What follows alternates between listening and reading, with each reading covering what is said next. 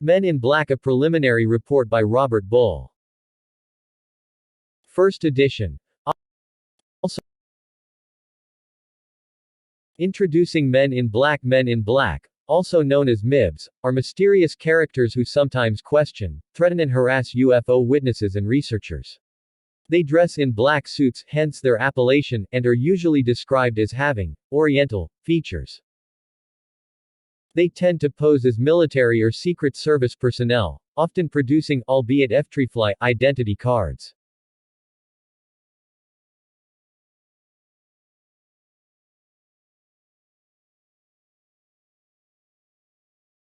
MIBs are popularly described as appearing in threes, traveling in large, black, old model cars, usually Cadillacs in the USA, which appear to be brand new and have untraceable registrations, having dark complexions, appearing only rarely outside the USA, possessing knowledge known only to the witness.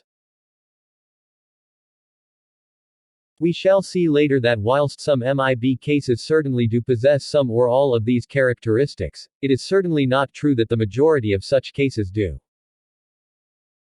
The most celebrated MIB case was that reported by UFO investigator and author Albert K. Bender. In 1953 he was allegedly silenced by 3 MIBs. This report is part of an ongoing project started in 1995 by the BUFORA Research Committee. The Albert K. Bender case. In April 1952, Albert K.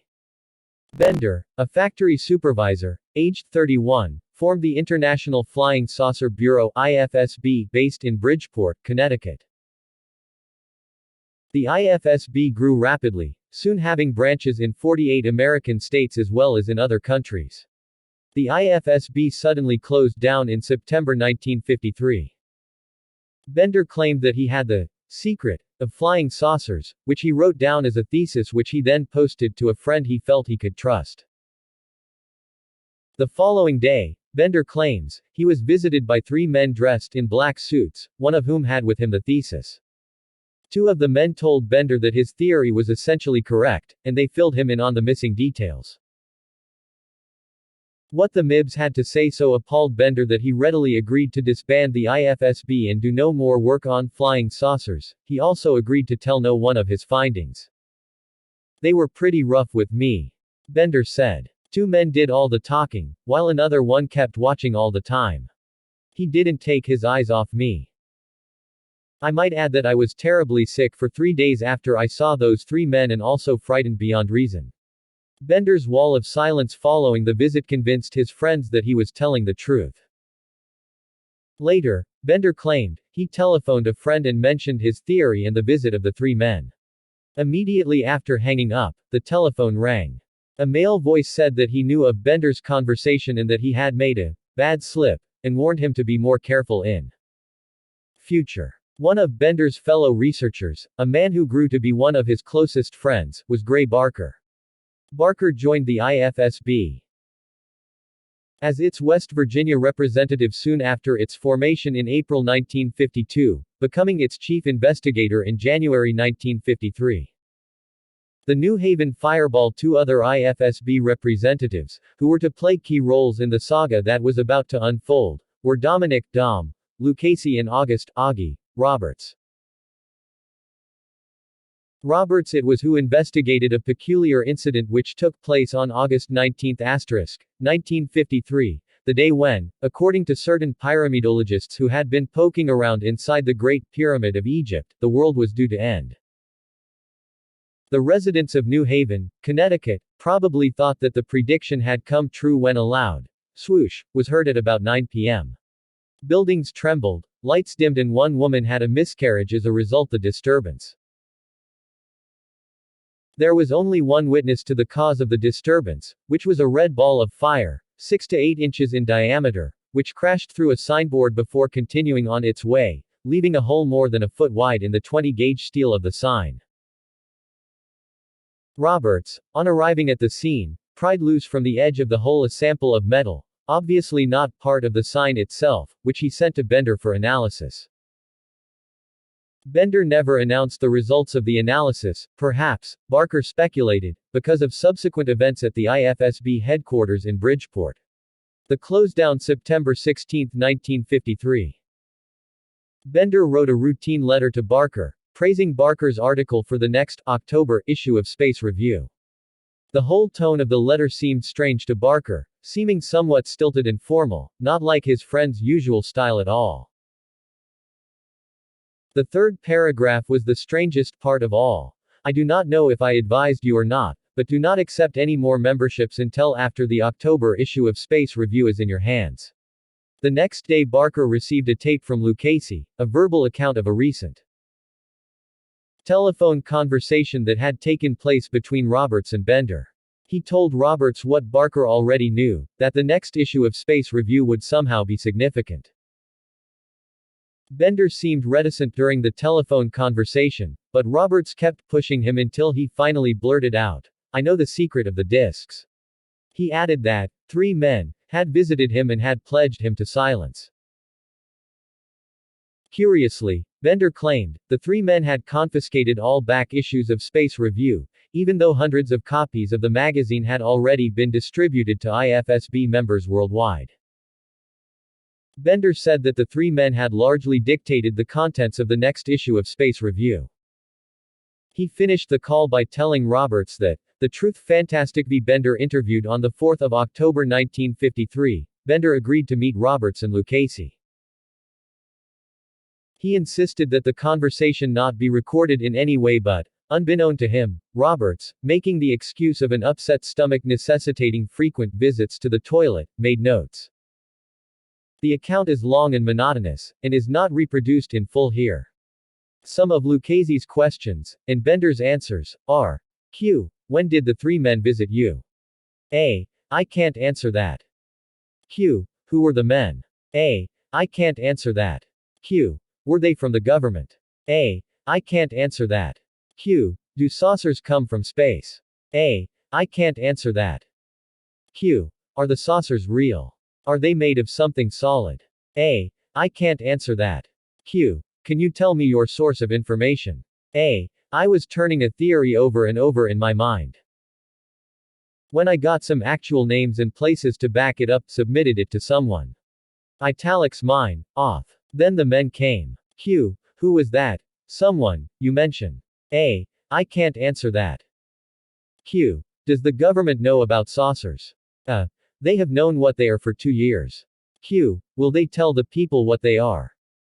It has got to a point where they will have to, if not within 5 months from now, not for about 4 years. Q. Why can't you talk freely about this thing?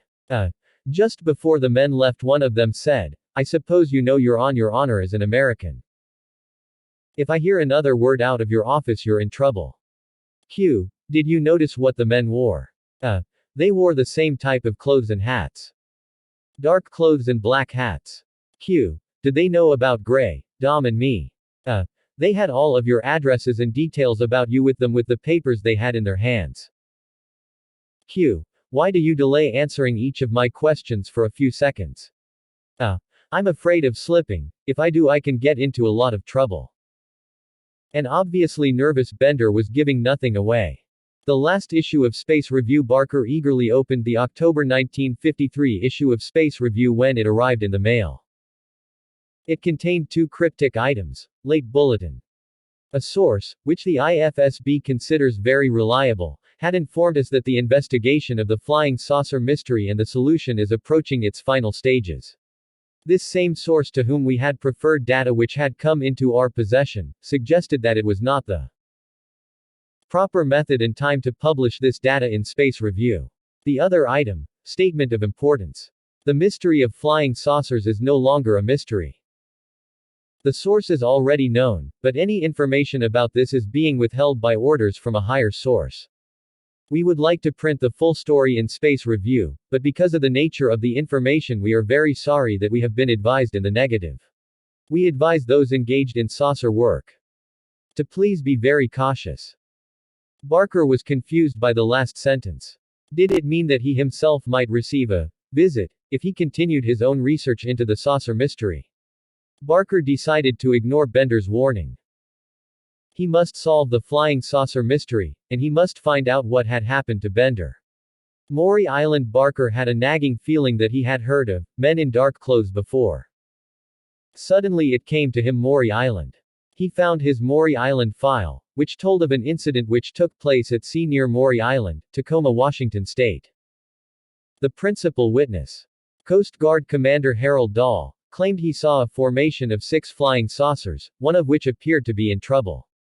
This saucer spewed out molten metal fragments into the water and onto the shore, samples of which Dahl was later able to gather. What struck Barker was that the morning after the incident, Dahl said he had received a visit at his home from a man who wore a black suit, and who invited him out to breakfast at a restaurant.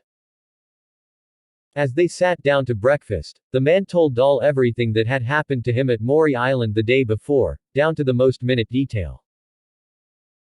The visitor finished by saying to Dahl that, if he loved his family and didn't want anything bad to happen, he would not discuss the experience with anyone. Could the same man, in the company of others, have visited Bender? Unlikely, thought Barker. Lots of people wore black suits. Or could he have picked up on the man in black in the Maury Island account, and decided to pretend, for some reason, that he had had a similar visit himself? The Maury Island case was eventually shown to be a hoax. The molten metal was plutonium slag from the Atomic Energy Commission's (AEC's) nearby plant. The man in black was an AEC security agent. Barker vowed that the next time he was in New York he would go, with Roberts and Lucchese, to talk to Bender personally. An Australian connection. Bender remained tight-lipped about his visitors, and about what he knew. The 3 friends formed the impression that he wanted to tell them what he knew, but was too afraid. He did, however, tell them about a letter he had received from Edgar Gerald, head of the Australian Flying Saucer Bureau, the AFSB, formed at about the same time as the IFSB. In the letter, Bender said, Gerald told of how he had received a visit, although in his case there was only one visitor, who told him information about saucers which amazed him, beyond description. The stranger emphasized that Gerald was to tell no one of what had been revealed to him, not even his wife. Barker wrote to Gerald, who replied confirming that he had contacted Bender, and revealing that he had received 4 visits from the stranger. The strangest part of his visitation came when he was asked what he thought would happen to extraterrestrial visitors if their saucer landed close to Sydney or any other large city. He replied that he thought that the visitors would be murdered out of hand, but that he thought that great care would be taken to capture their space vehicle undamaged. Gerald's visitor announced that this dangerous ignorance and hostility was the main reason stopping extraterrestrial beings landing openly at present. He also gave his opinion that horrifying destructive forces could be used against mankind, but that the visitors sought only friendly contact. Gerald said that on the stranger's first visit he had produced evidence attesting to his position and qualifications, although Gerald did not give any more detail on this. Gerald also reported receiving mysterious telephone calls and experiencing poltergeist activity. It seemed to Barker that whilst Gerald's visitor acted differently to Bender's 3 men, there was enough similarity to make him think that the 2 events were similar, perhaps even connected. Barker scanned a copy of the AFSB's Australian Flying Saucer magazine that he had received several weeks ago, but hadn't read. The editorial in the November issue of the magazine told of sensational happenings at the headquarters of the IFSB in Bridgeport, and referred to a joint investigation being proposed by the IFSB. The AFSB and Civilian Saucer Investigation (CSI) New Zealand to look into a theory re saucers supplied by Mr. Bender. Could it be that the IFSB and the AFSB were being leaned on to stop this joint investigation? Barker continued his investigations into Bender until mid-1955, but was unable to unearth any fresh clues, although he did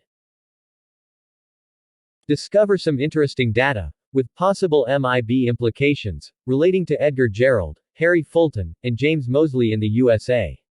He also began thinking more and more about a South Pole saucer theory which Bender had once mentioned. When Lucchese interviewed Bender, he had, visibly started, when Lucchese had asked him, "Does this have anything to do with the South Pole?" Bender finally broke his silence in 1962. Bender tells all. Almost 10 years after closing the IFSB, Bender finally appeared to have decided to tell his story. His book, Flying Saucers and the Three Men, was published by Gray Barker's Saucerian Books. In it, the jacket text claimed, Bender tells of the identity of the three men in black, and where the flying saucers come from. Early signs Bender's strange experiences began on the evening of the 30th of July 1952, when the telephone rang. There was no one on the line, but Bender felt that he was being told, telepathically, not to delve into the flying saucer mystery any further. A strange throbbing sound then gave way to the sound of the normal dialing tone, without any sound of the receiver being replaced. About 3 months after his strange telephone call, Bender was on his way home from the cinema one evening when he suddenly developed a throbbing headache. He saw a bluish flash in the sky, he felt as if he was being lifted from the ground, and once again a voice, in his head, seemed to be telling him to forget about the IFSB. The local cinema again played a part in Bender's strange experiences.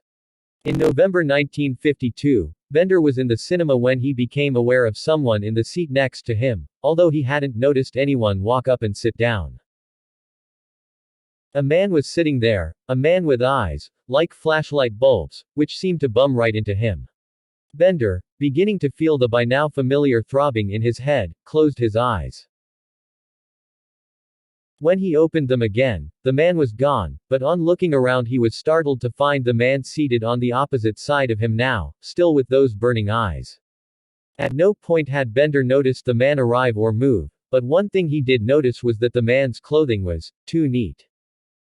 Italics mine off. Thoroughly shaken by now, he moved to a different part of the cinema and sat down only to find, after a few minutes, that the man was there again, sitting behind him. Bender left the auditorium at this point and complained to the manager who, with the aid of his torch, looked for the man, but he was nowhere to be seen.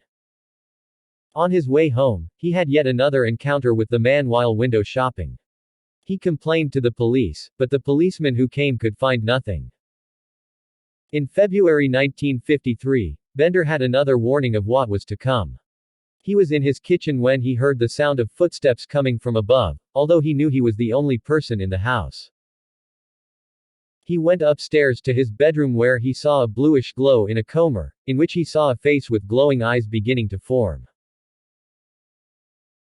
Afraid, he shouted, "Cut the kidding and come out of there," at which point the glow disappeared, leaving behind a sulfurous odor. On the 15th of March 1953, Bender was lying dozing on his bed at home when a cold chill hit his body, his head began to ache terribly, and the sulfurous odor returned. He opened his eyes and to his amazement he seemed to be looking at his own body from a point 3 feet above it. The nightmare begins suddenly, a voice filled his head. "We have been watching you and your activities. Please be advised to discontinue delving into the mysteries of the universe. We will make an appearance if you disobey." Bender replied, although his lips did not move, asking why the voice seemed so unfriendly. "We have a special assignment and must not be disturbed by your people," came the reply. "We are among you and know your every move, so please be advised we are here on your earth." With this the voice faded away, but Bender felt as though he was being watched. His body felt as though it was dropping, and he found himself back on his bed. His room was full of a yellowish mist, in which he could just make out a man-shaped shadow, which disappeared as he raised himself from his bed. He felt sick in his stomach and horribly confused. Was this real or was he losing his mind? Around this time, Bender confided in 2 leading members of the IFSB, telling them what had happened and that he proposed to publish an account of his experiences in next July's Space Review. They were unsympathetic, and threatened to resign from the IFSB if he went ahead with his plan.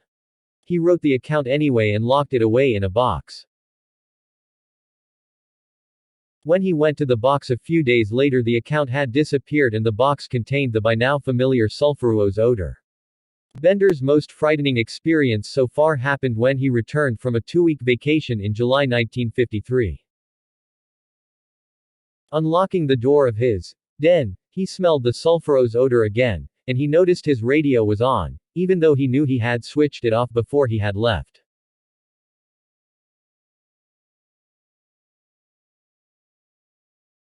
Later, Bender was about to retire when he started to feel that he was about to have another visit, and sure enough 3 shadowy figures slowly began to crystallize out of a bluish glow in his room. 3 men dressed all in black, with black Hamburg-style hats that partially obscured their faces. The eyes of all 3 figures suddenly lit up. The pain above Bender's eyes became almost unbearable, and he began to receive a message. The message said that the men recognized Bender as someone who was dedicated to answering the flying saucer question, adding, sinisterly, that his researches may lead him to some harm and that no one would believe anything that they told him. The men had nothing to fear from him. The message continued, that he would not deflect them from carrying out their plans on Earth, and that they had already killed people who had become too inquisitive. They further revealed that they had craft hidden at a remote spot on Earth. The message finished by saying that the men wished Bender to come with them, at a time to be announced soon. They left him a small piece of metal, which they said was to be kept in a secure, secret place. He was to contact the men again in 2 days' time by holding the piece of metal, turning on his radio, closing his eyes and repeating the word, Kazakh. Then the men were gone, leaving Bender lying on his bed, matted with sweat. He felt something in his hand, the piece of metal. At last he had the physical proof he had been looking for.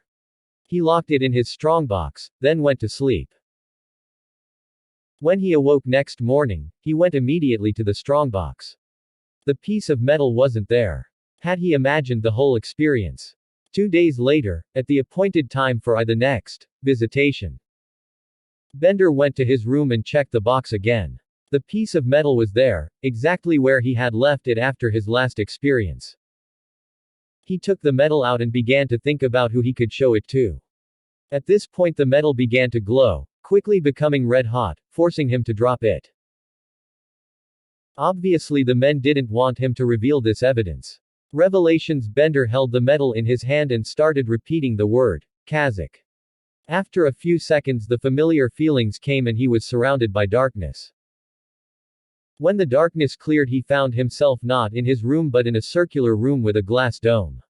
The walls were metallic looking, and seemed to give off a soft light of their own.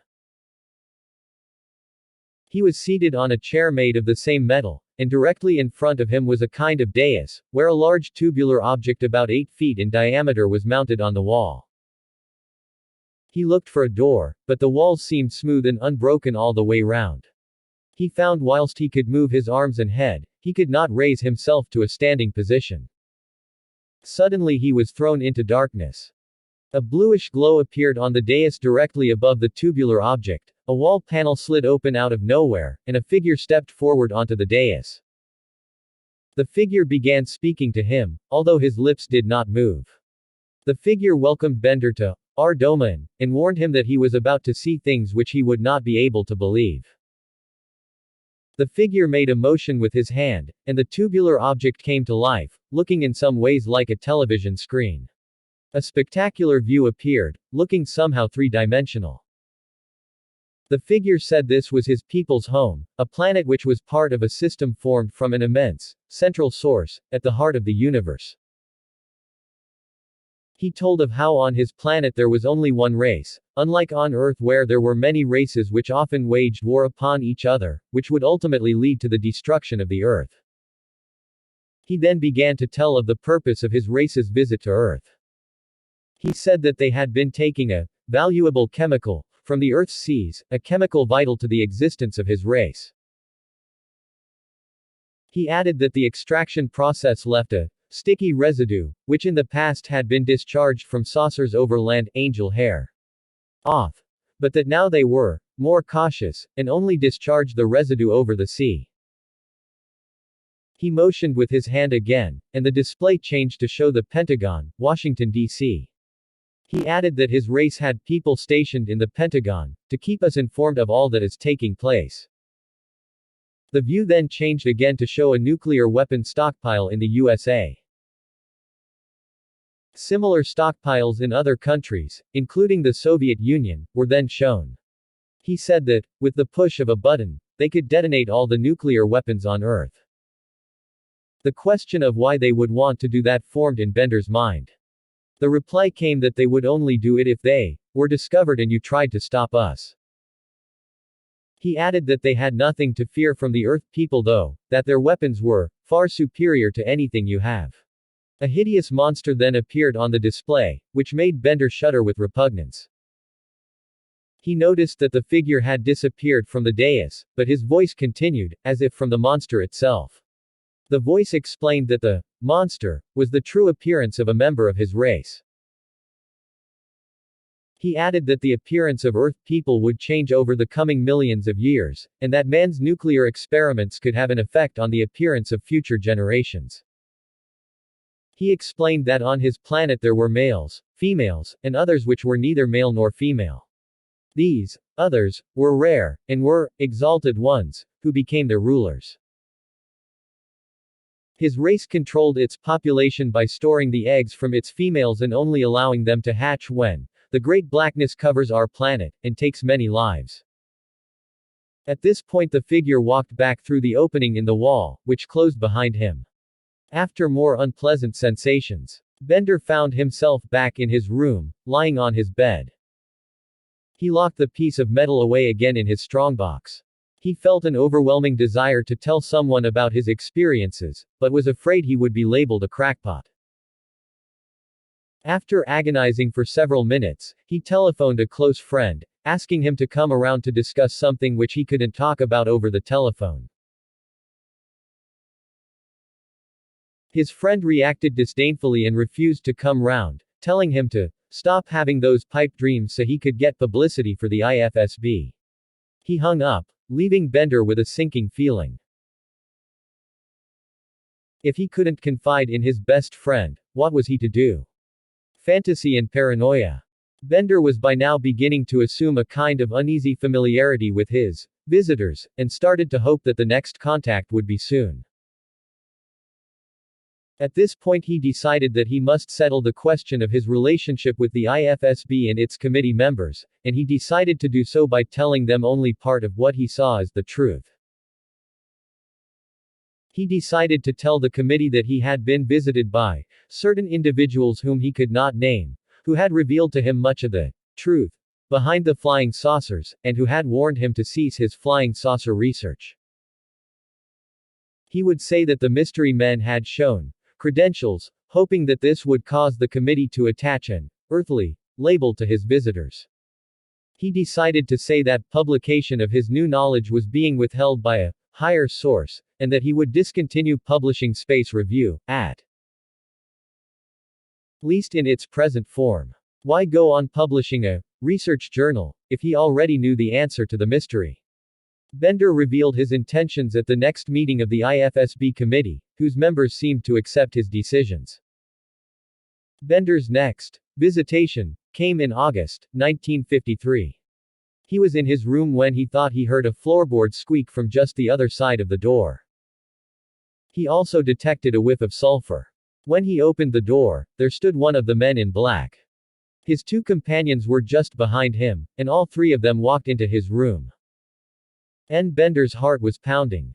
This was new. The men were in his room, risking being seen by someone else, and he had never seen them at such close quarters before. He was able to see that they were dressed totally in black, even black shirts, not white like with later mibs off. The nearest figure spoke to Bender, saying they were going to take him to their base on Earth. They formed a circle with him, touching him for the first time. He began to feel numb and faint. When he came to, he found himself in an immense cavern, which he was later told was in Antarctica. Bender goes on to describe something akin to a secret underground base which fills the final scenes in a James Bond movie. Vast laboratories with rows of unfamiliar-looking machinery, monorails leading from one cavern to another, which he and his escorts took a ride on, A vast flying saucer hangar, with saucers coming in, going, discharging loads of seawater for processing. Bender later sketched this part of his vision, showing landing towers for the saucers. He sent this to Gray Barker, who used it as the cover illustration for the November 1953 issue of the Saucerian. Bender was shown the seawater processing area, but only briefly. No information was forthcoming on the process itself, which he sensed was something which was not to be discussed.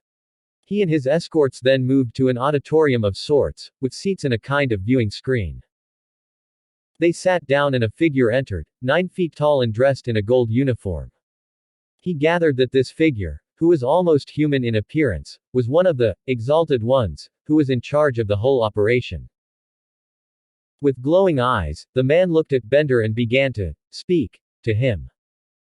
The man welcomed him to his people's base of operations, saying that he was trusted, and had been chosen to visit the base and learn about their operations on Earth. He invited Bender to ask him any questions he wanted, although he said he could not guarantee to answer all of them. In response to Bender's questioning, the man said that they had been on Earth since 1945, and that they planned to stay another 15 years. Many other questions and answers followed, and Bender was slightly unnerved to learn that while the alien race was not overtly hostile to Earth, they told him that they had found it necessary to kill Earth people on some occasions, and that it could be necessary to deal with him in the same way if he became an obstacle to them. He asked many general questions on science, medicine and religion, all of which received answers. When asked about cancer, he was told that the increasing use of motor vehicles was a major factor, but that a cure for cancer would eventually be found. He was shown scenes on the home planet of the aliens, including one scene of shooting practice, with large guns being used to shoot fireballs at targets. When Bender asked for some physical proof to be provided to the world of the aliens' presence, he was told that a small saucer would come soon and shoot one of the fireballs through something of little value near Bender's home, something that anyone could see. Suddenly the exalted one left and he knew the interview was over. Soon, after the usual procedures and unpleasantness, he found himself back in his bedroom. The promised proof was not long in coming. On the 20th of August, the local paper carried the following headline: Mystery blast shatters sign in New Haven, Connecticut. Origin baffles police. The last days of the IFSB. Much of Bender's account from this point has already been given earlier in this article, as reported by Gray Barker, and is not repeated in detail here. The hole in the signboard was investigated by Augie Roberts, an IFSB investigator. He noticed a residue around the hole which did not seem to be part of the sign itself. He removed the residue and sent it away to be analyzed. Roberts interviewed a lady witness, who lived near the sign, who said she had seen a streak of light followed by a loud bang the night before the hole was discovered. She also remembered smelling a sulfurous odor. The analysis of the residue showed it to be mainly copper and copper oxide, both common earthly substances, although foreign to the sign itself.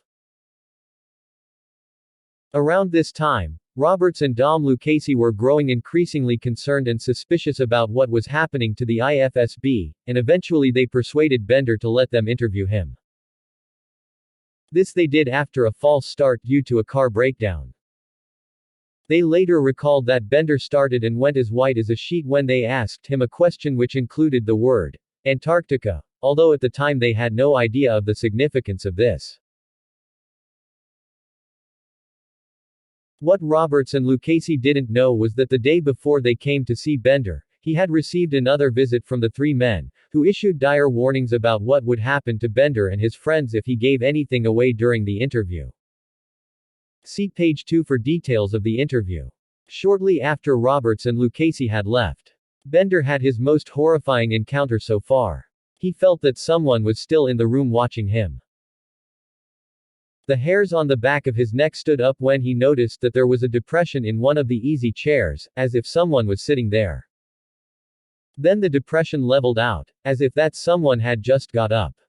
Suddenly he felt an icy hand on his shoulder. Slowly turning round, he had the worst fright of his life when he faced a loathsome, greenish creature, 10 feet tall with glowing red eyes. He fainted. When he noticed that the rug where the creature had stood was scorched, and the familiar smell of sulfur was there once more. Other saucer research groups around the world were beginning to react to the IFSB's closure. Bender cites the fledgling British Flying Saucer Bureau (BFSB) as giving him the kindest and most patient reaction. They, like Barker, thought that Bender must have been silenced by genuine Secret Service agents. The BFSB itself had no visits from MIBs nor any threatening telephone calls, but they did take the precaution of contacting, via one of its members, who had contacts, M16, asking if it was safe for the BFSB to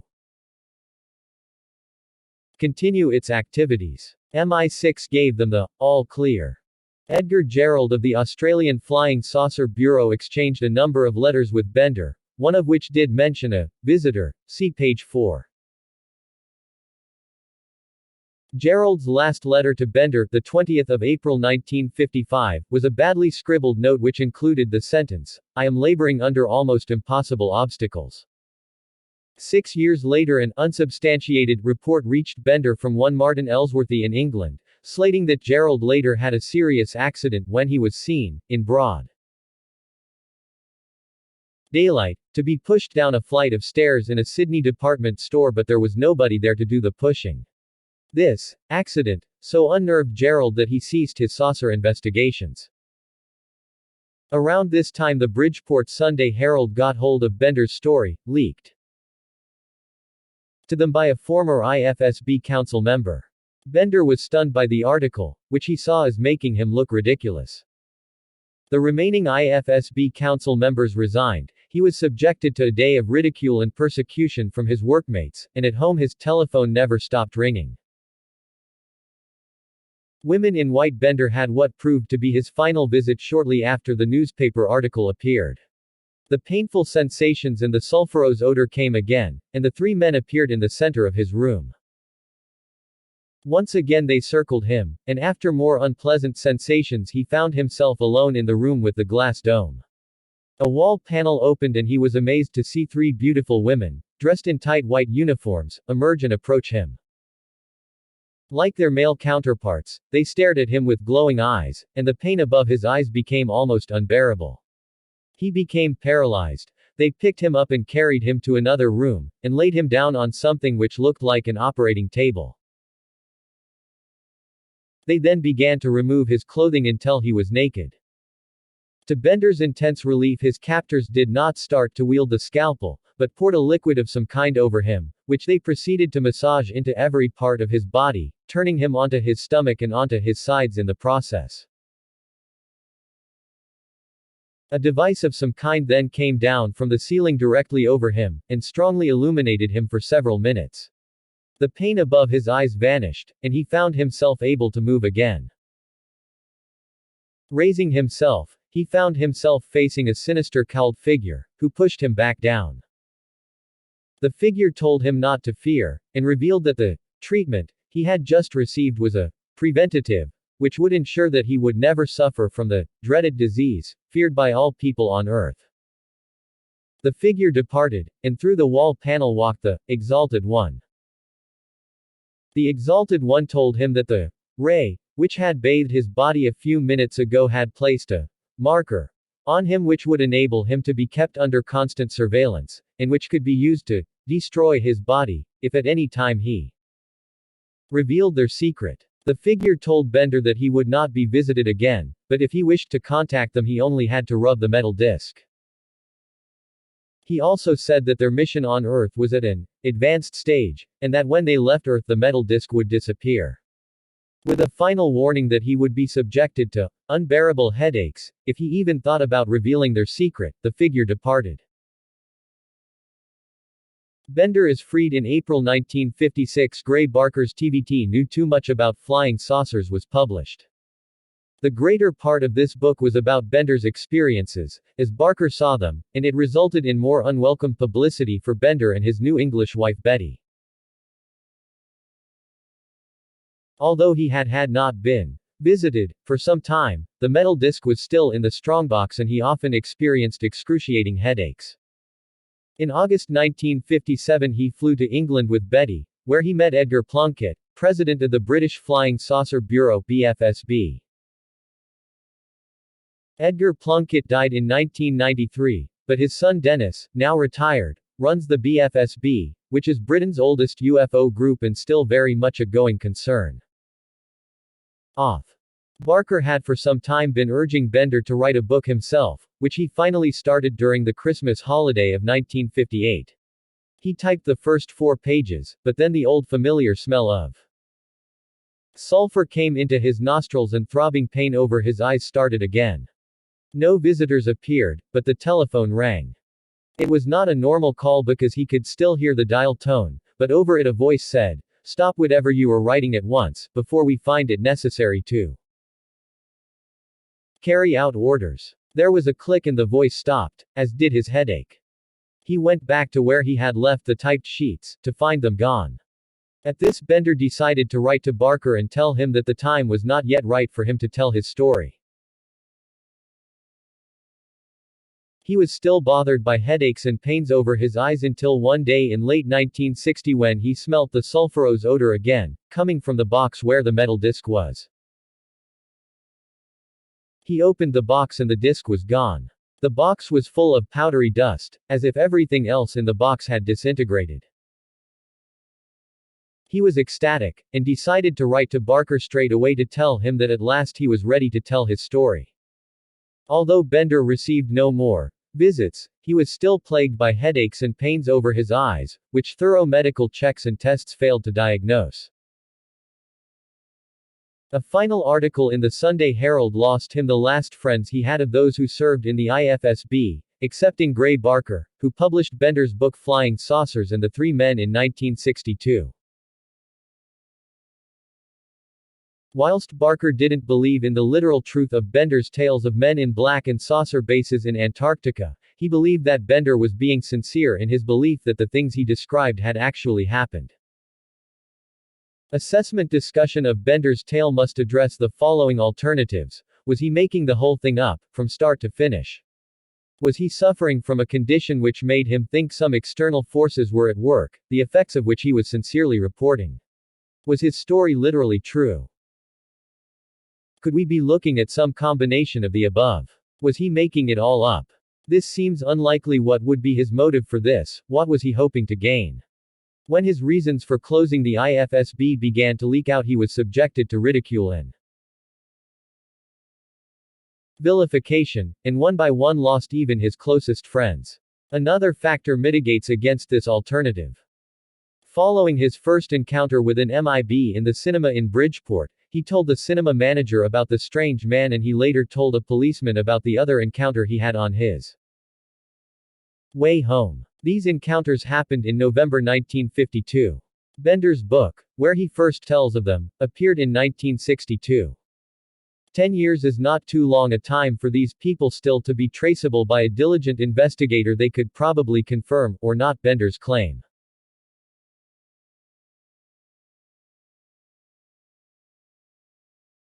Of course, Bender could have co-opted them into an elaborate, multi-year hoax, but credibility is being left far behind now. So was Bender suffering from some kind of psychiatric condition? Prior to his all-consuming interest in UFOs, Bender had a strong interest in other paranormal phenomena, chiefly ghosts and black magic. He once spent 8 months painting on his bedroom wall images of the supernatural characters he had read about in the books of Mary Shelley, Bram Stoker, Edgar Allan Poe, Edgar Rice Burroughs and others. John Keel in Operation Trojan Horse makes much of this possible connection, pointing out that Bender appeared to suffer from all of the classic symptoms of demonomania, the fierce headaches, the upset stomach, anorexia and lacunar amnesia. Paranoid schizophrenia is another candidate. This is a condition characterized by symptoms which include delusions, hallucinations which can be olfactory as well as visual, auditory and tactile, and feelings of self-importance. The IFSB had a small membership despite its rather grandiose title. Its international headquarters, being Bender's Den and Space Review, reached no more than a few hundred readers. Bender was undoubtedly suffering from something. When, long after he stopped seeing the visitors, he was still plagued by the excruciating headaches and pain above his eyes. He saw his doctor and had tests in hospital to try to determine the cause of his discomfort, but all the tests proved negative, and all the pain killers his doctor gave him proved ineffective. Again, his reporting of these pains could have been part of an elaborate hoax, or the reporting itself could have been part of a more serious condition, but these alternatives do not seem likely. There was, of course, not a shred of physical evidence to support Bender's claims. No one else ever saw the MIBs, no one else ever smelt the sulfurous odor, and the metal disc conveniently disappeared. Could Bender's story possibly have been true? The stories of Antarctic bases, long a favorite theory amongst some ufologists, has no evidence to support it. I have been unable to find a dictionary definition of this term off. Clearly, the men in black themselves cannot be dismissed so lightly, as there have been scores of such reports since Bender's, which persist to this day. Bender's men were unusual though in that for the most part they materialized into his vision rather than appearing in a more conventional fashion, such as knocking on his front door and walking in.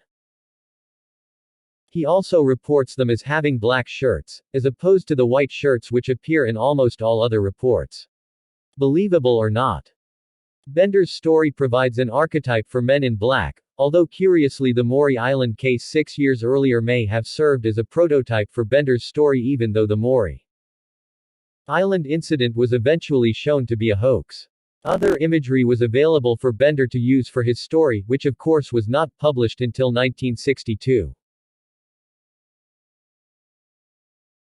Besides the first Men in Black of 1947, we have the sticky residue, which was discharged by the saucers. Two well-known cases of angel hair were reported from Oloron and Gaillac in France in 1952.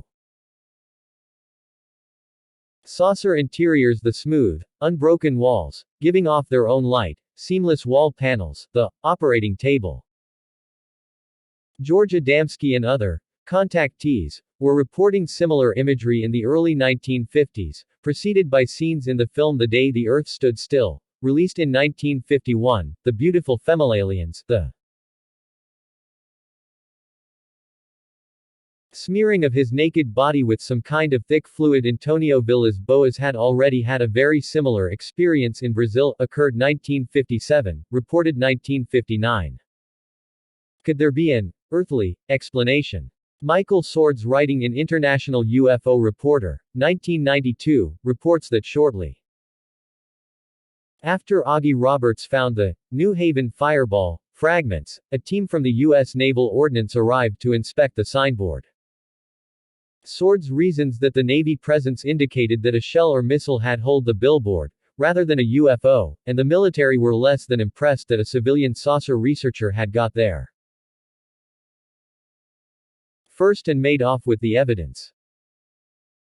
Swords believes that Navy intelligence agents decided to tell Bender something so scary that he would never peep anything but nonsense about saucers again, and suspects that the Bender affair was an intelligence game or experiment to see how effectively operatives could manipulate the fledgling UFO research community. The Robertson panel was a distinguished panel of non-military scientists put together in January 1953 to review the available evidence on UFOs and to consider the possible dangers of the phenomena to U.S. national security. Reporting at the height of the McCarthyism era, the panel also recommended that private UFO groups be monitored for subversive activities, the monitoring to be done by the CIA. Bender disbanded IFSB in September 1953. So, could the CIA have got at Bender, who invented the Men in Black as a cover story? Two final points of interest concern the MIB connections of Gerald, Fulton and Mosley, which are hinted at in Barker's and Bender's books, also a major inconsistency between what Bender was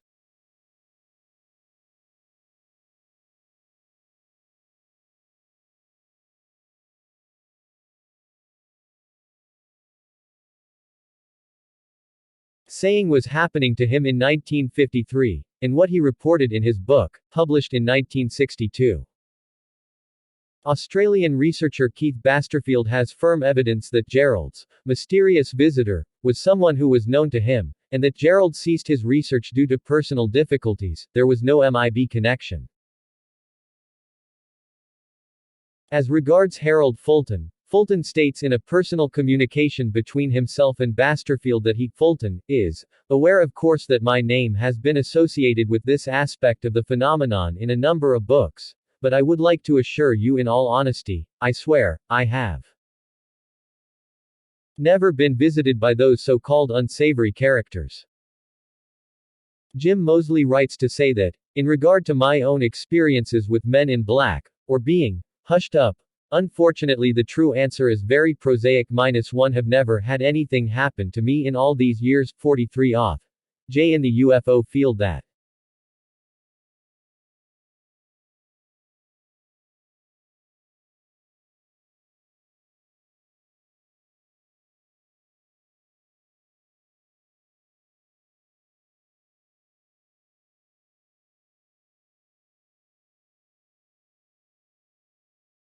was threatening in any way, no telephone taps that I know of, no mysterious visits, etc.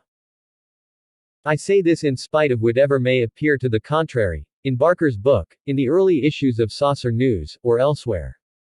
Most accounts of Bender's experiences refer to a thesis that Bender had about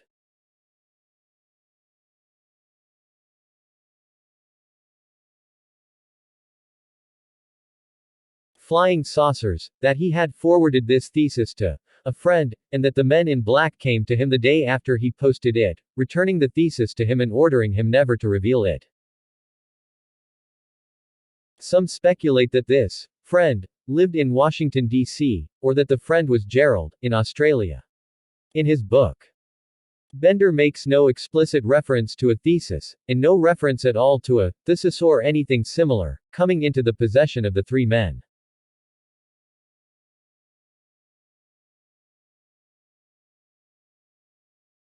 Bender does claim that, following C-Day, Contact Day, on the 15th of March 1953, when Bender and other members of the IFSB tried to establish telepathic contact with the saucer people, he received his first contact with threats from the visitors, although they did not appear on this occasion.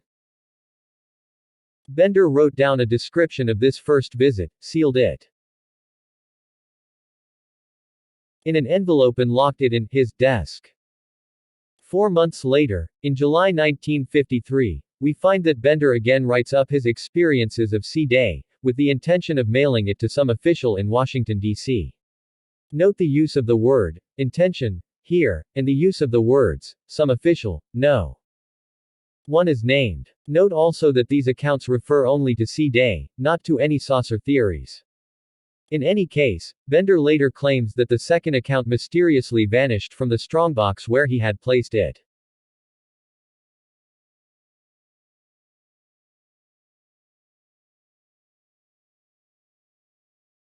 He makes no further mention of the first account. The only tantalizing clue to what might have been a thesis comes in a letter from Gerald to Bender, dated 14 October 1954, which includes the paragraph, "Last night I went through past letters from you, and in one of them found the first clue in the name of the man to whom you submitted your thesis. You will remember that you forwarded the names of 2 Americans to whom it would be interesting to write. So, a story, the ravings of a sick Albert Bender, or the truth. I leave the reader with this from author Mark Twain. Fiction is obliged to stick to possibilities. Truth isn't. Other classic MIB cases. The Hopkins case. One of the most noteworthy MEB cases on record was that centered around Dr. Herbert Hopkins and his daughter-in-law, in 1976.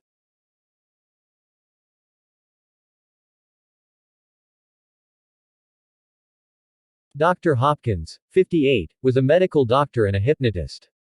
In 1976 he was helping investigate an alleged UFO close encounter case in Maine, USA. On the evening of the 11th of September, when he was alone in his house, a man telephoned. The caller identified himself as vice president of the New Jersey UFO Research Organization and requested that he might visit Dr. Hopkins later that night to discuss the case, to which Dr. Hopkins agreed. He immediately went to the back door to switch on the outside light for when his visitor arrived. Before he could switch on the light, Dr. Hopkins saw his visitor already climbing the porch steps. Dr. Hopkins later said that he saw no car, and even if he did have a car, he could not possibly have gotten to my house that quickly from any phone. No mobile phones in 1976 off. J at the time, italics mine off. Dr. Hopkins felt no particular surprise as he admitted his visitor, who was dressed totally in black, apart from a white shirt. His clothes were immaculate, seemingly brand new with sharp creases. When the visitor took off his black hat, he revealed himself to be completely hairless, being not only bald but having no eyebrows or eyelashes. His skin was deathly white, his lips bright red. During the course of their subsequent conversation, Dr. Hopkins was astonished to notice that, as the stranger brushed his lips with his lips took on a smeared appearance and his gloves became stained with lipstick.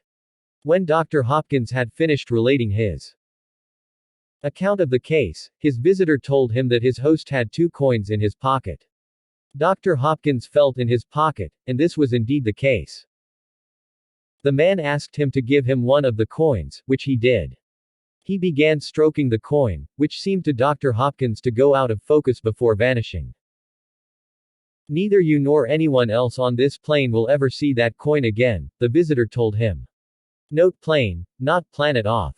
After talking for a while longer about UFOs, Dr. Hopkins noticed that his visitor's speech was slowing down.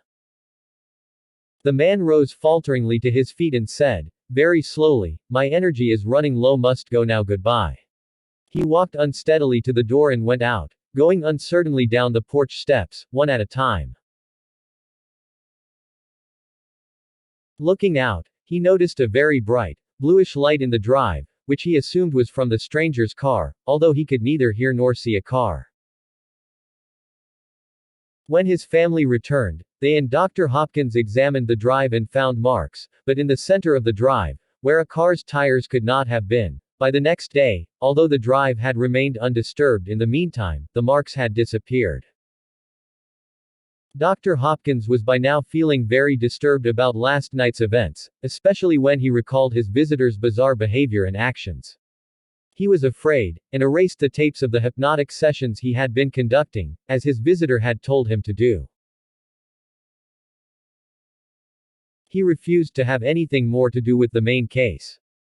The case, at Trip Pond, Androscoggin County, Maine, had occurred almost a year earlier, on the 27th of October 1975. David Stevens, 21, and his friend, Paul, 18, had a UFO close encounter, which included a period of missing time. The morning after the encounter, a stranger visited Stevens at the trailer which he shared with Paul. The man was stocky, had a crew cut, and wore dark glasses and a dark suit. He asked Stevens to confirm that he had seen a UFO, then said, "You had better keep your mouth shut if you know what's good for you," then quickly left. But the Hopkins MIB saga does not end there. A few days after Dr. Hopkins had received his visit from an MIB, his daughter-in-law Maureen received a telephone call from a man who said he knew her husband, Dr. Hopkins's son, John, and who asked if he and a companion could come and visit them. John met the man and his companion, a woman, at a fast food restaurant nearby and brought them home. Both appeared to be in their mid-30s, but wore curiously old-fashioned clothes, and both looked somewhat odd. The woman's breasts were set very low, and there seemed to be something wrong with the way her legs were joined to her hips. Both walked strangely, taking short steps and leaning forward as if afraid of falling. The two sat down on a sofa at John's house, accepting drinks but never tasting them. The man asked John and Maureen a number of odd and personal questions. Did they watch television much? What did they read? What did they talk about? All the time he was talking, the man was fondling his female companion and he asked John if this was all right and if he was doing it correctly. When John left the room, the man asked Maureen how she was made, and if she had any nude photographs of herself. Soon after, the woman stood up and said she wanted to leave. The man then stood up, but made no move to go. The man stood directly in line between the door and the woman, who seemed to be incapable of walking around him. After a pause, the woman asked John, "Please move him, I can't move him myself." At this point, the man suddenly left, followed by the woman, both walking in straight lines. Neither of them said goodbye. Assessment: it seems extremely unlikely that Dr. Hopkins had made up the whole thing, he was a successful, well-respected doctor, or that he had simply had a hallucination. The marks on the drive, which his wife and children saw when they came home, were real. It seems that the events described were real, but the identity of the visitor remains a mystery. There was never any such thing as the New Jersey UFO Research Organization. MIBS in Mexico. Carlos de los Santos Montiel was flying his light aircraft near Mexico City in May 1975, when he had an encounter which was to become Mexico's best documented UFO case. Suddenly his plane started to shake for no apparent reason. Looking to his right, he saw a dark gray disc-shaped object, 10 to 12 feet in diameter, just beyond the right wingtip. Looking to his left, he saw a similar object near the left wingtip. To his horror, he then saw a third object coming at him head-on. The object passed just beneath Carlos's plane, grazing the fuselage. He found that his plane's controls would no longer respond, but that he was still flying relatively smoothly. Sick with fear now, he described his encounter, in a trembling voice, to the Mexico City Airport control tower. By now the objects had disappeared, and he was relieved to find that the controls and instruments were working again as he brought the plane into land at the airport. The control tower staff, who had tracked the plane and the objects on radar, took Carlos's report very seriously. He was given a medical examination, and was pronounced none the worse for wear, physically and psychologically, after his experience. His encounter received, much to his embarrassment, a lot of publicity. It was only with some reluctance that he agreed to appear on a TV show, hosted by ufologist and TV personality Pedro Ferraz, to talk about his experience. Little did he know that his bizarre experience was to become even more bizarre. 2 weeks later, driving to the television studio, Carlos noticed a large, black Ford Galaxy limousine pull in front of him. Looking in his rear-view mirror, he noticed another car of the same type just behind him. Both cars looked brand new, as if they had just been driven out of the showroom. The cars crowded him, forcing him to pull over and stop. He was about to get out when he realized that the other two cars had also stopped, disgorging 4 tall, broad-shouldered men, who were walking towards him. The men were Scandinavian in appearance, with very pale skin and wearing black suits. One of them walked up to Carlos's car door, standing with his hand on it, preventing Carlos from getting out. Speaking quickly in Spanish, with a strange, mechanical tone, the man said, "Look boy, if you value your life and your family's too, don't talk any more about this sighting of yours." Stunned speechless, Carlos turned his car around and drove home. He never made it to the television studio that day.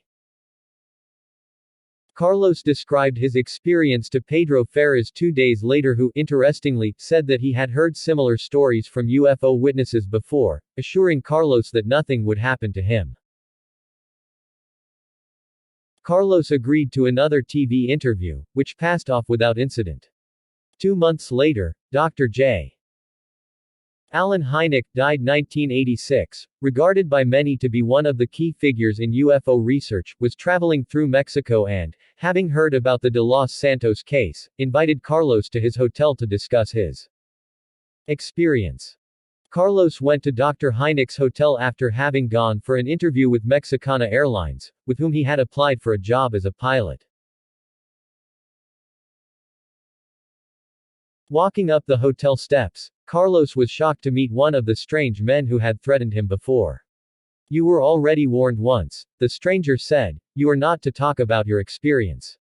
Carlos protested his innocence, saying that he was only responding to an invitation from Dr. Hynek. At this, the stranger pushed him sharply back several feet. "Look, I don't want you to make problems for yourself," he said, "and why did you leave your house at 6 this morning? Do you work for Mexicana Airlines? Get out of here and don't come back." Carlos did as he was told. This proved to be Carlos's last encounter with the strangers. 2 years later, when talking to UFO researcher Jerome Clark and his friend Richard Hayden, he recalled, "They were strange. They were huge, taller than Mexicans are, and they were so white. But the strangest thing of all is that all the while they were in my presence I never saw them blink." Assessment: in many ways a typical MIB case: the black clothes, the large black cars, the mechanical speech, the threats to the witness, never carried out. No dark skin here though, pale white, a feature of other MIB cases. Whilst his UFO encounter had the physical evidence of damage to his plane and several witnesses to the objects being tracked on radar, the MIB story rests solely on the word of De Los Santos himself. Researcher Jerome Clark felt that De Los Santos presented his story in a simple, straightforward, unsensational way, and he felt that he was being sincere. UK cases: although it is a widely held belief that MIB cases hardly ever occur anywhere except the United States, the UK and other countries have had their fair share of MIBs. MIBs at the convent. At the time of the incidents in 1980, Maria Combe was a 14-year-old boarder at the Convent of Jesus and Mary in Milton Keynes, Buckinghamshire. Whilst at the convent, Maria was receiving psychological counseling from a Dr. Black for acute anorexia and sleeping difficulties. One night Maria couldn't sleep and got up, at about 1 a.m., to look at the stars. She stood by the window overlooking the tennis court and she was surprised to see a large, ball-shaped flashing light inside the tennis court itself, which was completely surrounded by wire netting. She looked at it for about 5 minutes, then turned away. When she looked again at about 1:30 a.m. the object had gone, but she heard a strange, whirling sound and, looking up, she saw the object again just above the window, but there were no lights on it this time. The object then moved off rapidly. The next morning, none of the other girls mentioned having seen anything strange during the night, and Maria kept her experience to herself. Later that morning she was playing tennis when she slipped and fell and was surprised to see a large, 45 feet in diameter, shallow, circular depression seemingly burnt onto the tennis court, exactly where she had seen the object the night before. The next day the police arrived to inspect the damage. Still Maria didn't tell anyone of what she had seen 2 nights before. She was afraid she would be ridiculed and expelled from the convent. The visitors arrive. 3 or 4 months later Maria was in a maths class when one of the nuns, Sister Jennifer, interrupted the class and took her out, saying that she had a visitor. Maria thought at the time that it was unusual for the class to be interrupted. Visitors normally came only at weekends, and she was worried in case the visitor was bringing bad news. Sister Jennifer showed her into a dining room where, sitting at a large table, was not one visitor but two men dressed in black. The fire was on and the room felt warm as Maria entered it, but as soon as she saw the 2 men she felt cold, and she put on the jacket that she was carrying. Maria had never seen her visitors before, and she asked them who they were. They told her they were to do with Dr. Black, her psychiatrist. She stared at their eyes, which weren't brown or blue, but a strange brownish-grayish color. She found the experience uncomfortable, and looked away. The men asked her how she was and how she was doing at school, just a normal, polite conversation. As they talked, Maria noticed several other strange things about her visitors. They looked the same, as if they were identical twins. Their skin was smooth and featureless, no beard or shadow. No sign that they ever needed to shave at all. Their hair was shiny black, each brushed in the same style and not a hair out of place. Their black suits, seemingly brand new, fitted perfectly as if tailor-made, and having razor-sharp creases. Their tie and socks were also black, exactly the same black as their trousers and jackets. One of the men then asked Maria if anything strange had happened at the convent recently. She instantly thought that they must mean what she had seen at the tennis court, and so not wanting to admit what she knew to the strangers, she said, "No. Are you sure?" He then said, to which she replied, "Yes," but she knew that the man knew she was lying. Just then the school lunchtime bell went. The man asked what the bell was for, then told Maria she had better go to lunch, adding that they had better be off. Although the men appeared to be like businessmen, they didn't appear to be wearing watches, as one of them asked Maria the time. The men had been drinking coffee during their talk with Maria, but when she shook hands with them as she was saying goodbye, she noticed that their hands were ice cold, as if they hadn't been holding cups of hot coffee at all.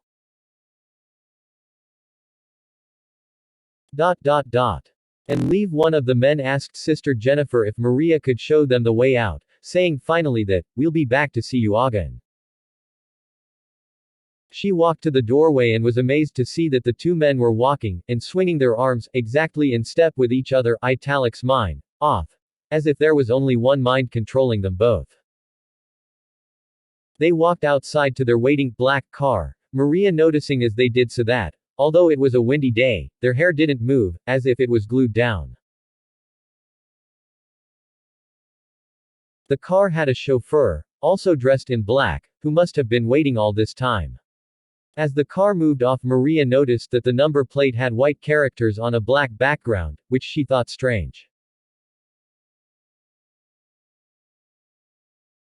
It also had mirror windows. Maria couldn't see through the windows into the car, but she thought that the men could see out. She caught a glimpse into the car when one of the men opened a door, but all she could see was black, no seats, nothing. The car moved off with no sound at all, italics mine, off. No sound of an engine, no sound of an engine being started, no exhaust fumes. She was also mystified that although she saw the car turn out of the convent gate, she didn't see it moving up the hill that lead to the convent. Traffic was temporarily hidden by the convent wall before it turned up the hill, which was the only way in or out. Maria stood where she was for several minutes, unable to move. She could hear Sister Jennifer calling to her, but she couldn't turn around and go to her. Sister Jennifer asked her if she was all right, at which point she snapped out of it, and was able to move again. She asked Maria who the men were, and Maria replied, saying that they were from Dr. Black, although they were both surprised that Dr. Black hadn't warned them that the men would be coming. When, a few weeks later, Maria saw Dr. Black, she asked her about her visitors. Dr. Black said she hadn't sent the men, and would never send anyone without informing Maria first. Aftermath. Although the men in black had said they would come and see Maria again, they never did, at least not in the flesh. She sometimes had vivid dreams where she would see them and would say to them, "This is a dream. I'm not really seeing you," to which one of them replied, "Yes, you are." Years later, after she had left the convent, she saw the black silhouette of a man standing on a window ledge outside her bedroom, a ledge so narrow that only a baby could have stood there. Although Maria never saw her Mibs again, she did begin to develop extraordinary abilities and have extraordinary experiences.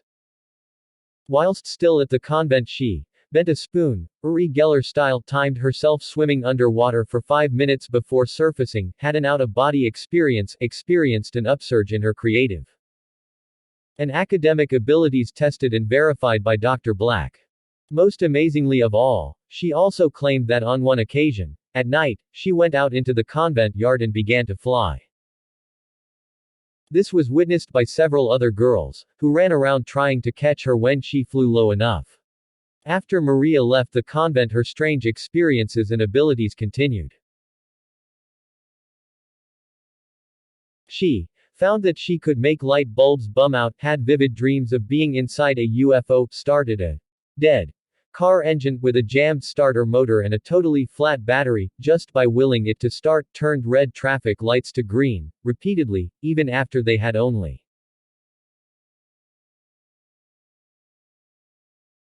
just changed to red, had several UFO sightings including one, witnessed by several other girls, which was so large and so close it completely filled the window of the office where she was working, accurately predicted when a friend would become pregnant, and when she would marry, dreamed that she had been stabbed in the arm and woke to find a wound in her arm, with her arm and night dress covered in blood. Assessment: Maria was born in Spain, an orphaned Romani child, adopted and brought to the UK when she was 5 years old.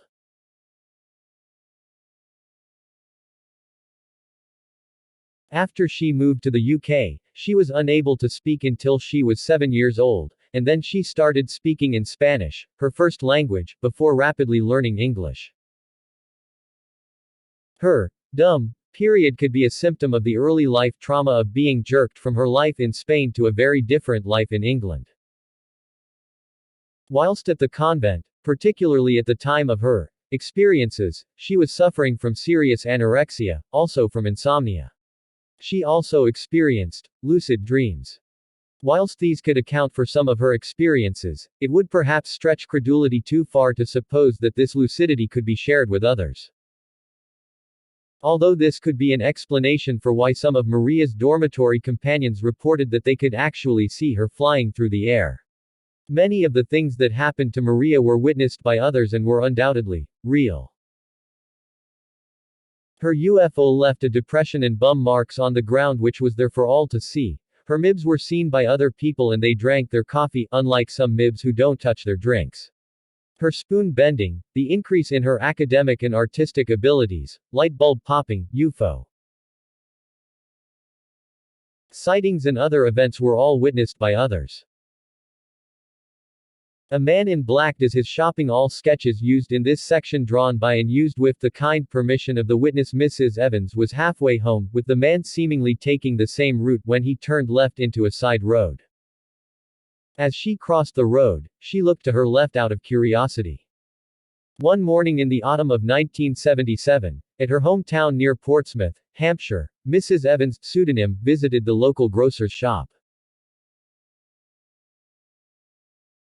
In the shop she saw a tall man, dressed in black. He was ahead of her, so she stood back to wait until he was served. She hadn't taken too much notice of him, but while he was being handed his change, about which he was seemingly unconcerned, she noticed that his gaze was fixed upon her. She found this unnerving. He looked at her as if he knew her, as if he had been expecting her. He then left the shop, and she had forgotten about him by the time it was her. He was standing in the middle of the road, facing her now, and their eyes met once more. He nodded 3 times, without any change in his facial expression, not even a slight smile. His gaze was intense and penetrating. Then, to Mrs. Evans's utter amazement, he vanished without moving from the spot, like someone turning out a light. Thoroughly unnerved by now, she hurried home. Mrs. Evans recalled several strange things about the man. She is an accomplished painter and has an eye for detail. Turn to be served. When she left the shop, Mrs. Evans noticed that the man was standing nearby, as if waiting for someone. As she started to walk, he began walking also, keeping 5 or 6 paces ahead of her. As she watched him, she began to form the impression that he was unusual, although she couldn't put her finger on quite why. His clothes looked brand new, as though they had only just been bought. He was dressed from head to foot in black, except for his white shirt. His skin was albino type white, as was his hair, which was wispy. His eyes were jet, glittering black. He appeared to be in his early 50s, but there were no wrinkles on his skin, and no sign of any facial hair or stubble. He had unusually broad shoulders and a narrow waist. He walked bolt upright with a stiff gait. There seemed to be no natural curve to his spine, which was seemingly dead straight. This was Mrs. Evans's only sighting of an MIB, or was it? Other strange men. As a young woman in the early 1960s, Mrs. Evans was walking to work one day when she noticed a man walking alongside her. She didn't know who he was, nor did her workmates. She never saw where he came from, or where he went to. He asked her many questions, saying about himself only that he was a former pilot, grounded because of a heart condition.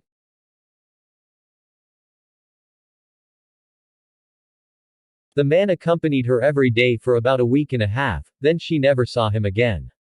Mrs. Evans next saw a strange man in 1979, over a year after her original MIB encounter. In her kitchen one day, she became aware that there was a figure standing beside her. Her husband walked in and shouted, "Who's that?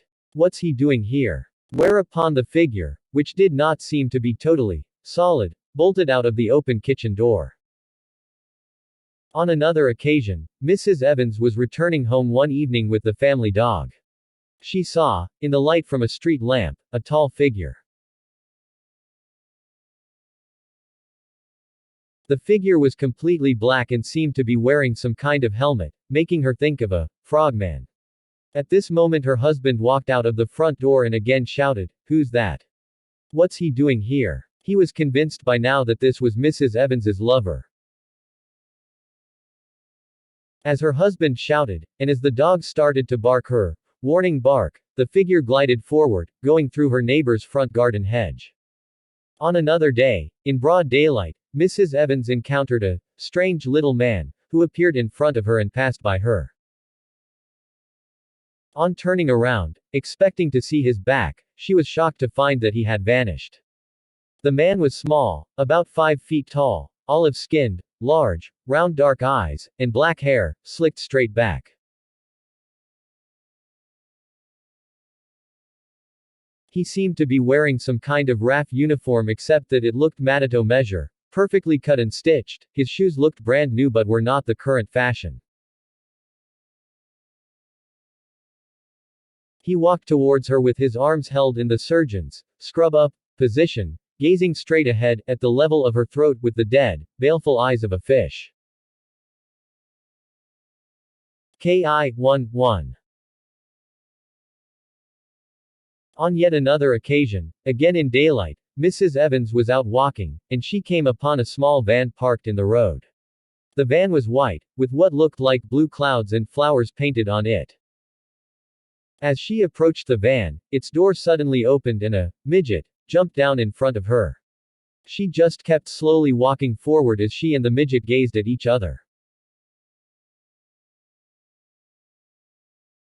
At first she thought she was seeing a cute doll with an immaculate check shirt and dungarees, but she was startled as she looked into his eyes, which were jet black, marble-like, with 2 white dots where the pupils should have been. He seemed to have Eskimo features, with dull black, dead straight hair, roughly cut in a page boy style. He seemed to have a knowing look in his eyes, which disturbed her. As he passed by her, she tried to look over her shoulder to see him, but her neck did not seem to be moving normally and she could only see him out of the corner of her eye. Mrs. Evans thought he seemed to be a freak of some kind, although he was perfectly proportioned. In this case, and with the RAF man, though, it was the eyes which made her realize that she was not seeing something normal. Another encounter came one evening in Mrs. Evans's front garden. She noticed movement within a large bush which was in the garden, as if a cat or other small animal was inside it. She remembers that everything seemed unnaturally still, not a breath of wind. Slowly, the bush began to part in 2 or 3 places. Instead of the cow that she was expecting, she was amazed to see faces, seemingly those of children. When she realized that these were not children, she froze, and the hairs on the back of her neck stood up on end. She began to hear soft, clucking sounds, the sort of noise one makes when trying to make friends with an animal. What she saw made her think of elves, pixies and the like. They did not seem to be totally solid looking and the bushes covered their lower bodies. As their misshapen hands extended out towards her, she decided that she had seen enough and ran indoors, trying to scream but being unable to do so because of her constricted throat. As she ran upstairs, intending to dive under her bed, her husband called out to her, asking if she had seen what it was that had just bolted out of the front garden. Later, with her heart still fluttering, she came down and looked nervously outside. The elves were gone, but she saw, walking towards her down the bridle path near her home, a dark figure lit by an aura that moved with it, showing its short curly hair and the shape of its face, but not its features. She realized that this figure matched the description given to her by her next-door neighbor of something she had seen in her own house. Other strange happenings besides her strange men sightings, Mrs. Evans has had a wealth of other unexplainable experiences.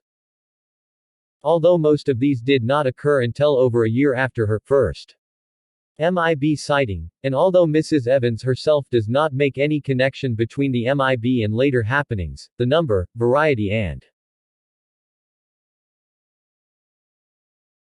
richness of her experiences are clearly worthy of being summarized here. Mrs. Evans is unsure of the exact dates of most of these happenings, but most of them occurred January, November 1979.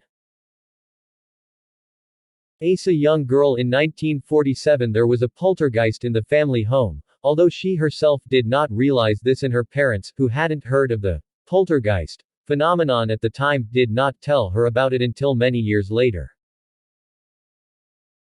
As a teenager she had an out-of-body experience, although not a conventional one. She was fully conscious at the time, and in a standing position.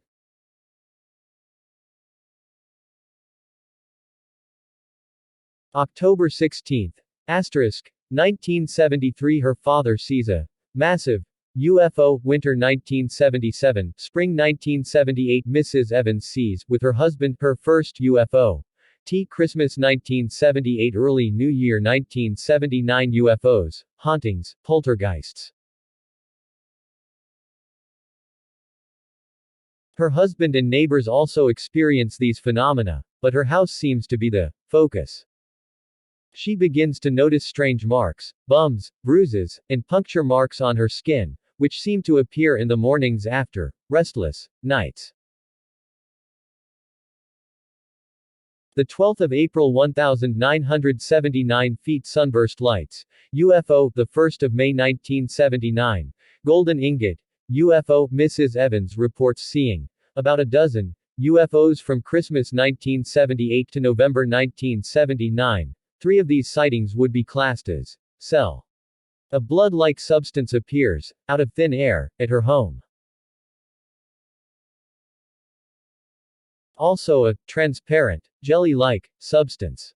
Strong smells. She, her husband and her neighbor see a small, yellowish cloud, accompanied by a strong smell of sulfur.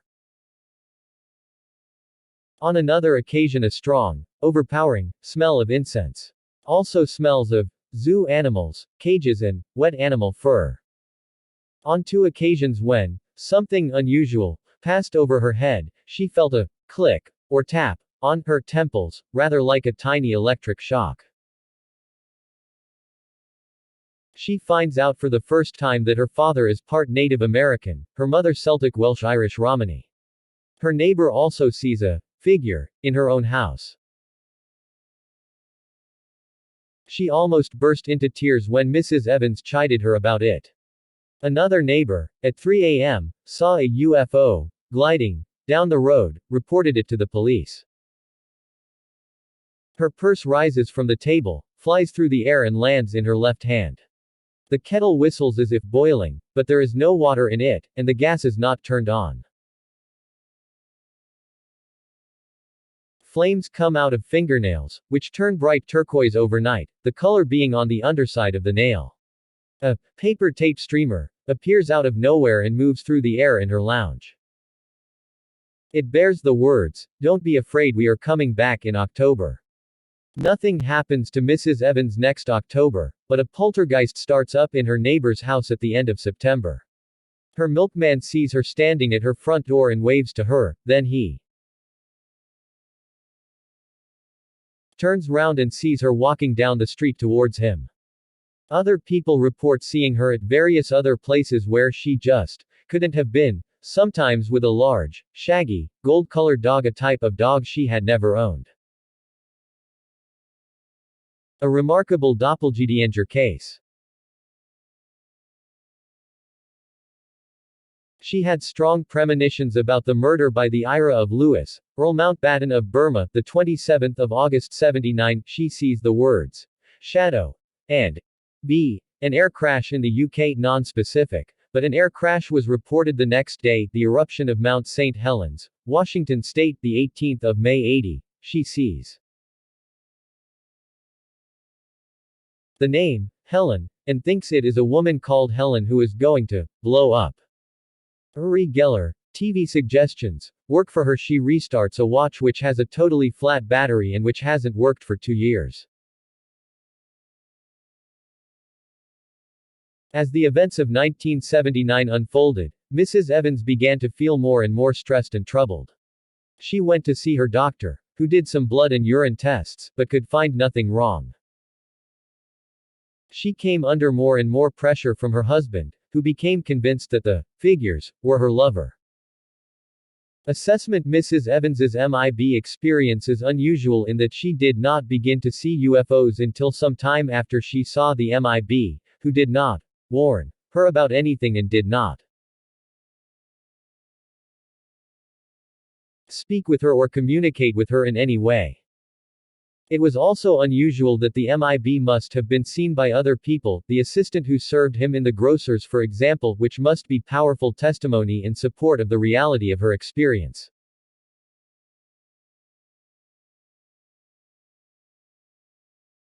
Also, the MIB did not turn up in a black limo, although this is, in fact, not all that unusual in MIB cases. The fact that there were other witnesses to many of her subsequent experiences, and the fact that other people themselves had odd experiences, again makes their reality difficult to gainsay. There is also much supporting evidence for her UFO sighting claims. Examination of newspaper cuttings from the local press reveal a rash of sighting reports from the Portsmouth, Southampton and Isle of Wight areas running from 1975–1979. On a personal note, one lived in the Portsmouth area from October 1975–October 1977, and I am as sure as I can be that I saw a real UFO sometime in 1976.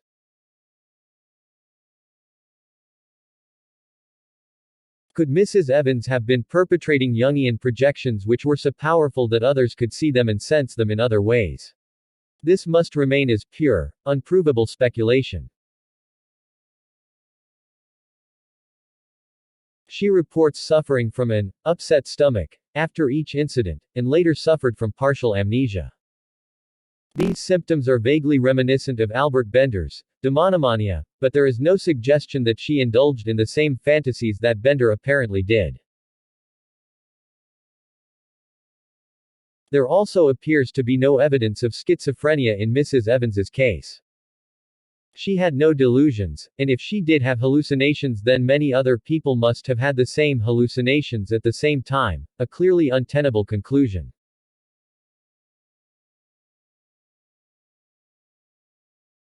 When she once asked a doctor if she had ever been schizophrenic, he laughed and said, "Who the hell told you that?"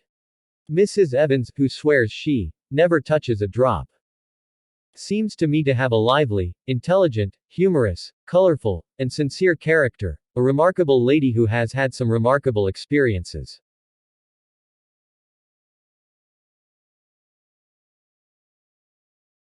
Postscript: a chance remark by Mrs. Evans provides a tantalizing clue that Ted Pratt, who was with Joyce Bowles during her CE3 encounter near Winchester of 14 November 1976, may have had his own MIB experiences.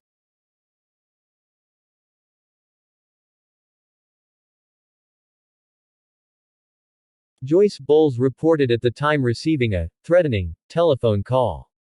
At the time of writing, this possible link is being followed up.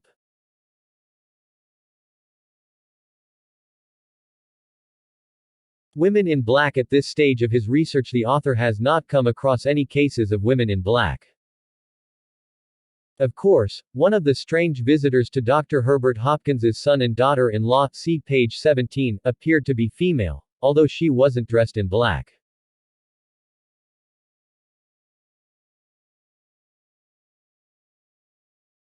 Albert Bender saw women in white, see page 11, and most bogus social workers, a possible new MIB type entity, or women.